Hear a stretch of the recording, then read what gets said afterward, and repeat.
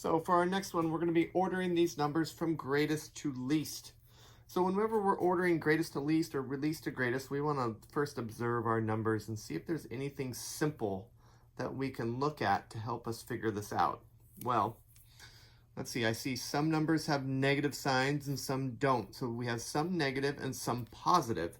If we're going greatest to least, which numbers have to be bigger than the others? Are negative bigger than positive or positive bigger than negative? Yeah, positive are bigger than negative. So the positive numbers here have to be bigger than those negative numbers. The next thing we're going to look at is the whole number. Okay?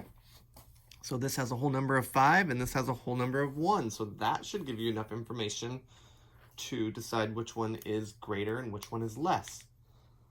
Then we're going to look at our negative numbers here. So we have a negative 4.5 and a negative 2 3/8. And then again, we're going to look at the whole number to see if that gives us information. And they both have different whole numbers, so that works for us too. So then our last thing we need to realize is which negative is going to be the biggest, because we're going greatest to least. So remember with negatives, they work the opposite. So the bigger the negative is, the smaller it is.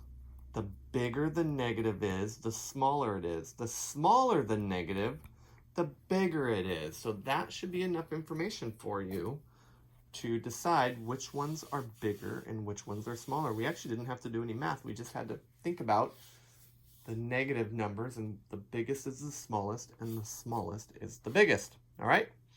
Good luck.